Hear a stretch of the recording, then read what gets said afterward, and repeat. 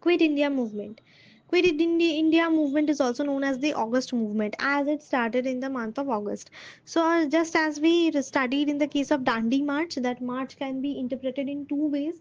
That Dandi March started on the month of March, and also it suggested marching forward, march from Sabarmati Ashram to Dandi.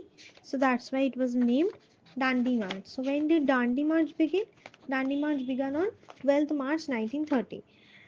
So, this Quit India movement is also known as August movement. The aim of the movement was to force Britishers out of the country, immediate withdrawal of the British from India. Call for the movement was given by Gandhi with the slogan "Do or Die." So he became stubborn. So he created this slogan "Do or Die." The Quit India resolution was adopted in the Wardha session of Indian National Congress on 8th August 1942. So 15th August 1947 is the date of independence when India finally achieved independence, and 1 week, 5 years before this Quit India resolution was adopted in the Wardha session. It was ratified in the Mumbai session of the Indian National Congress. So the final permission to actually start the Quit India resolution was given by the Mumbai session. In the Mumbai session of the Indian National Congress. Now, Quit India resolution. What were the resolutions? It demanded immediate withdrawal and complete withdrawal of British from India. In case of this not being conceded, Congress was to call a non-violent mass agitation under Gandhi's leadership. So, uh, it demanded a complete and immediate withdrawal of British from India, and in case this was not being considered or it was not being followed, Congress decided to call Congress would decide to call a non-violent mass agitation under Gandhi's leadership. Now, causes for this. What are the causes? Failure of the Cripps mission.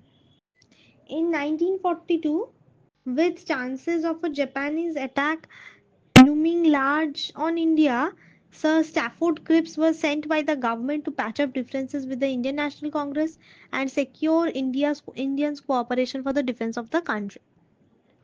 So, Sir Stafford Cripps was sent by the government to patch up differences between Indian National Congress and whom it's not written clearly. So we need to check this as well. Now, the concessions offered by the Commission were rejected on the following grounds. Cripps mission offered dominion status while Congress demanded complete independence. So, Cripps mission and Congress, there is a striking difference, and this difference is similar to, rather same to the difference between moderates and assertives. While moderates offer dominion status, yeah, assertives demanded complete independence. Similarly, here, Cripps mission offered dominion status, while Congress demanded complete independence. It said that states of India would have a right to reject the constitution and gain sovereign status. Congress feared that this would divide India into a number of independent states. So, probably Cripps mission said that the states of India would have the right to reject the constitution and gain sovereign status. So, the states would become independent, the states would become free. So, the Congress feared this possibility. It provided for nomination of representatives of princely states to the Constituent Assembly. Congress demanded that all representatives should be elected. So, Cripps mission provided for the nomination of representatives of princely states. So, Cripps mission demanded the representatives of princely states to be nominated. But Congress demanded that the representatives should be elected. It allowed Indians to become a part of the Viceroy's executive council and exercise administrative. It allowed Indians to become a part of the Viceroy's executive council and exercise administrative responsibilities over all matters apart from defense. So Cripps mission allowed Indians to become a part of the Viceroy's Executive Council and exercise all administrative responsibilities except for one responsibility, which was defense. Now, Congress said that in a war situation, defense was the most important administrative subject and hence demanded control over that as well. So, administration in administrative responsibilities, defense is the most important part. If you take out defense, if you eliminate defense, there wouldn't be many areas left. So that's why Congress said that in a warlike situation, defense was the most important administrative subject and hence demanded control over that as well. Now, danger of a Japanese attack. Now, we studied this at the beginning of this Cripps failure of Cripps mission under this subtopic. That in 1942, with the chances of a Japanese attack looming large on India, so Stafford Cripps was sent, and as a result, all of these rejections and everything happened. So the danger of Japanese attack. Now let's see whether that a Japanese attack actually occurred or not. Japan and Axis power had become very aggressive by 1942. So this is the year when all the things are happening. Quit India resolution is uh, being adopted. Then Japan is becoming aggressive, and this Cripps mission, failure of Cripps mission. Okay, it had attacked British colonies of Malaya, Singapore, Philippines, Myanmar, and was marching in the direction of Assam. So Assam is a state of India. So it had already attacked British colonies of Malaya, Singapore, Philippines, Myanmar, and was marching in the direction of Assam.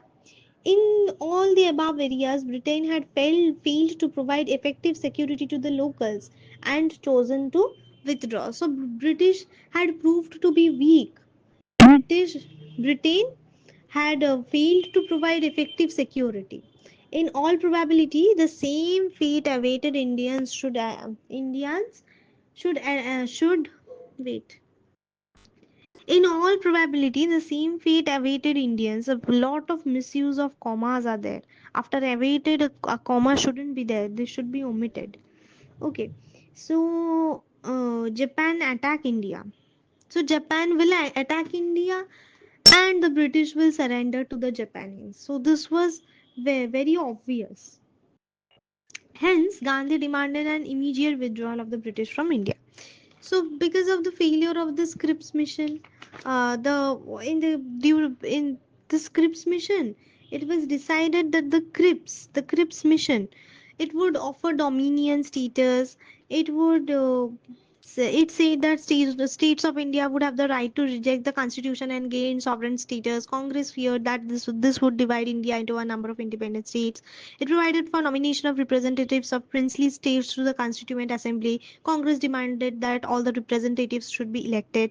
It allowed Indians to become a part of the Viceroy's Executive Council and exercise administrative responsibilities over all matters apart from defense. Congress said that in a war situation, defense was the most important administrative subject and hence demanded control over that as well. The danger of Japanese attack. Japan and Axis power had become very aggressive by 1942. It had attacked British colonies of Malaya, Singapore, Philippines, Myanmar, and was marching in the direction of Assam. In all the above areas, Britain had failed to provide effective security to the locals and chosen to withdraw. In all probability, the same fate awaited Indians.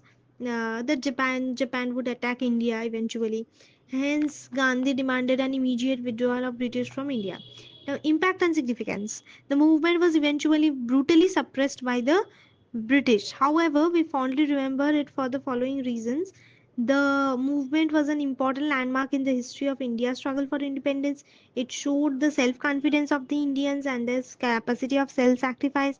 It made the Britishers understand that their days in India are numbered. It was the most intense mass movement in India since the revolt of 1857.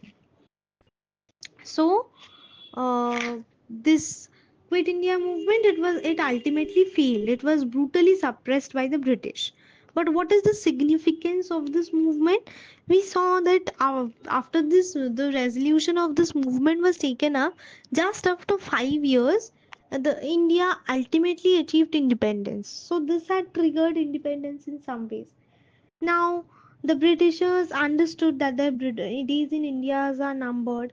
It showed the self-confidence of India's Indians and their capacity of self-sacrifice. The movement was an important landmark in the history of India's struggle for independence. It was the most intense mass movement in India since the revolt of 1857. So, chapter has ended actually. The next topic is our non-cooperation movement. Here we will have uh, the non-cooperation movement.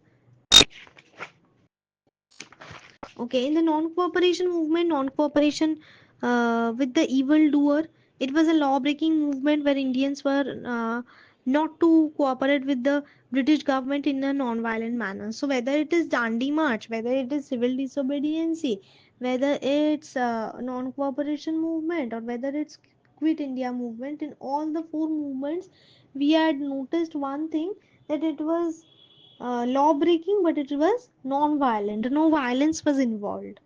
Resolution adopted at Kolkata session of Indian National Congress. So, non cooperation movement, the resolution was adopted at Kolkata session of Indian National Congress.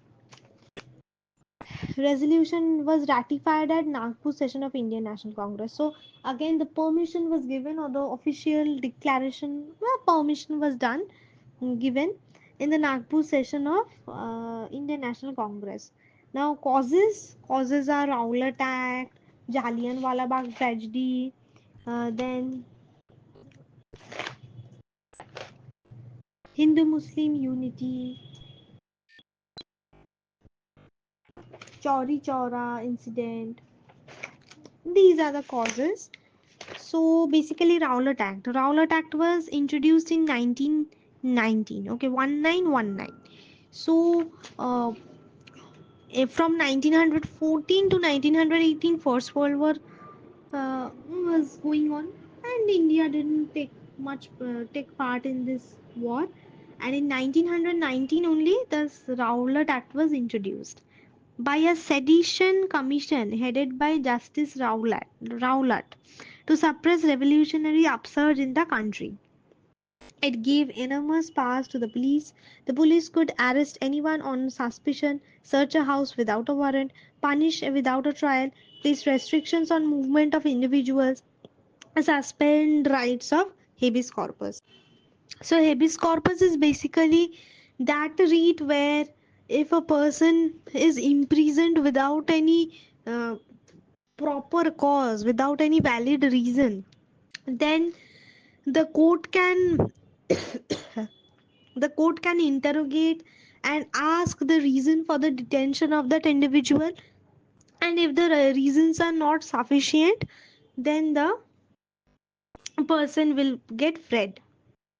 So uh, the police could arrest anyone on suspicion, search a house without a warrant, punish without a trial, place restrictions on movement of individuals, suspend rights of habeas corpus. So habeas corpus won't be followed anymore.